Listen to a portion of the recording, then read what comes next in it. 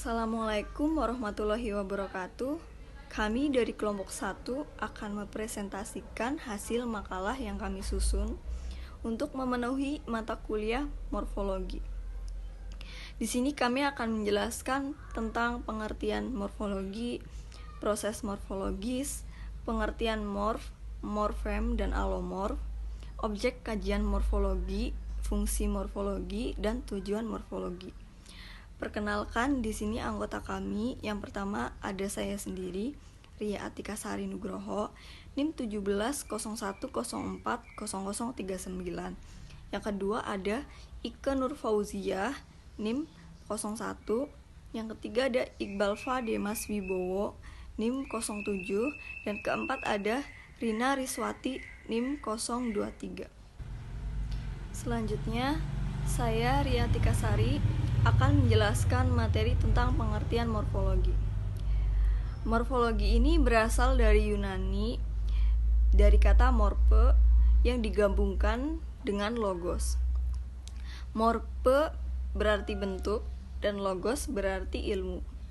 Di sini bunyi O yang terdapat di antara morpe dan logos ialah bunyi yang biasa muncul di antara dua kata yang digabungkan.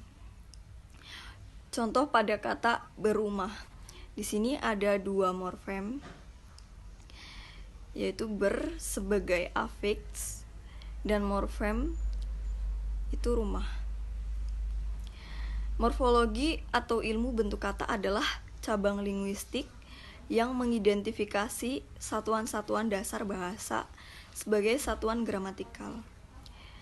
Dapat dikatakan bahwa morfologi itu mempelajari seluk-beluk bentuk kata terhadap golongan dan arti kata, baik fungsi gramatik maupun fungsi semantik. Selanjutnya, proses morfologis. Proses morfologis ini suatu proses pembentukan kata yang menghubungkan satu morfem dengan morfem yang lain dan mengubah leksem menjadi sebuah kata. Dengan kata lain, dikatakan bahwa morfologis itu adalah ilmu yang mempelajari seluk-beluk kata serta fungsi perubahan bentuk tersebut seperti yang saya jelaskan sebelumnya, baik dalam fungsi gramatik maupun fungsi semantik. Pengertian morf, morfem, dan alomorf. Morfem adalah bentuk yang paling kecil yang tidak mempunyai bentuk lain sebagai unsurnya. Banyak morfem yang hanya mempunyai satu struktur, yakni jumlah maupun urutan fonemnya selalu tetap. Di lain pihak, banyak morfem yang mempunyai beberapa struktur fonologis, misalnya morfem pen, mempunyai struktur-struktur fonologis pe, pem, pen, peng, pen, dan penge, seperti terlihat pada kata-kata pelari, pembimbing, pendengar, penguji, penyakit, dan pengecap. Satuan-satuan pe, pem, peng, pen, dan penge masing-masing disebut morf yang semuanya alomorf dari morfem pen. Selanjutnya, dapat disimpulkan bahwa alomorf itu merupakan variasi bentuk suatu morfem. Keraf 1982 mengatakan bahwa variasi itu disebabkan oleh pengaruh lingkungan yang dimasukinya.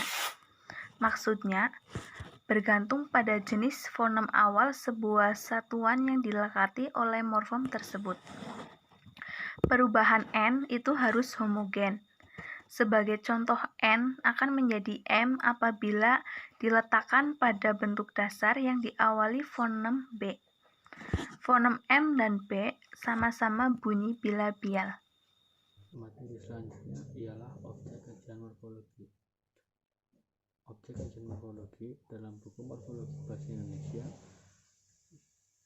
ada 5, yaitu morfem, kata, bentuk dasar, alat dalam proses, afiks, duplikasi, akronimisasi, dan konversi, serta makna gramatikal.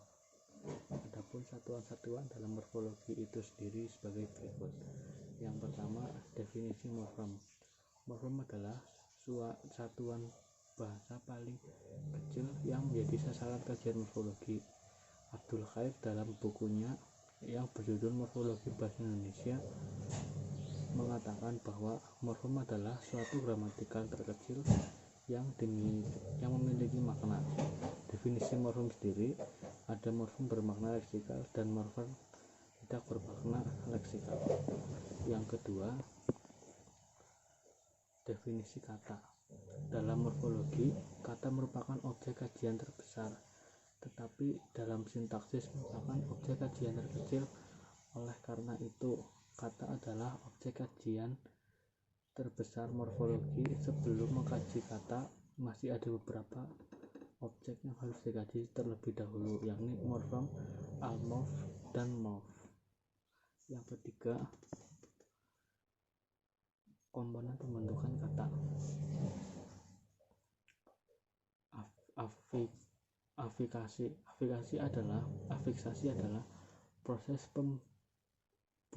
pembubuhan afiks pada sebuah bentuk dasar. Dalam proses ini terlibat unsur-unsur: 1. bentuk dasar, 2. afiks, 3. makna gramatikal yang dihasilkan.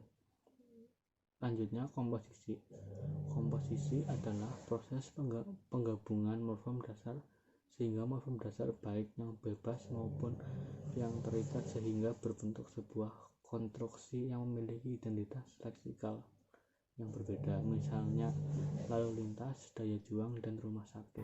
Yang selanjutnya adalah fungsi morfologi. Yang pertama, untuk mengetahui bagaimana perubahan-perubahan bentuk kata, baik dari fungsi gramatik maupun semantik. Yang kedua, mengetahui bagaimana seluk-beluk kata.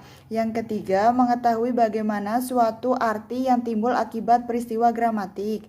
Dan yang terakhir, mempelajari peristiwa-peristiwa umum, peristiwa yang berturut-turut terjadi, atau dengan kata lain sebagai sistem dalam bahasa. Yang selanjutnya adalah tujuan morfologi. Yang pertama, membahas tentang masalah morfem dan kata. Yang kedua, membahas masalah tentang unit-unit gramatikal. Yang ketiga, membahas masalah prinsip pengenalan morfem. Yang keempat, membahas masalah klasifikasi morfem.